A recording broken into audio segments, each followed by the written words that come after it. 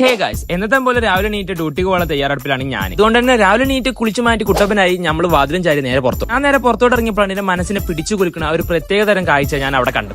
Cycle പഞ്ചറായി നടക്കാം.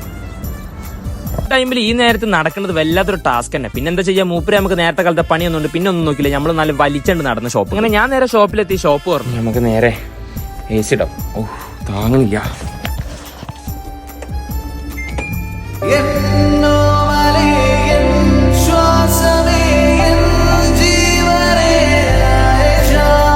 അങ്ങനെ AC ഓണാക്കി ഞാൻ നേരെ പോയി നമ്മളെ സിസ്റ്റം ഓണാക്കി. അപ്പൊ ഇങ്ങനെ ചാവിടിച്ചു തരാം. രാവിലത്തെ ബ്രേക്ക്ഫാസ്റ്റിന് ടൈം ആയപ്പോ ഞാൻ നേരെ വിട്ട് ഹോട്ടലിൽ.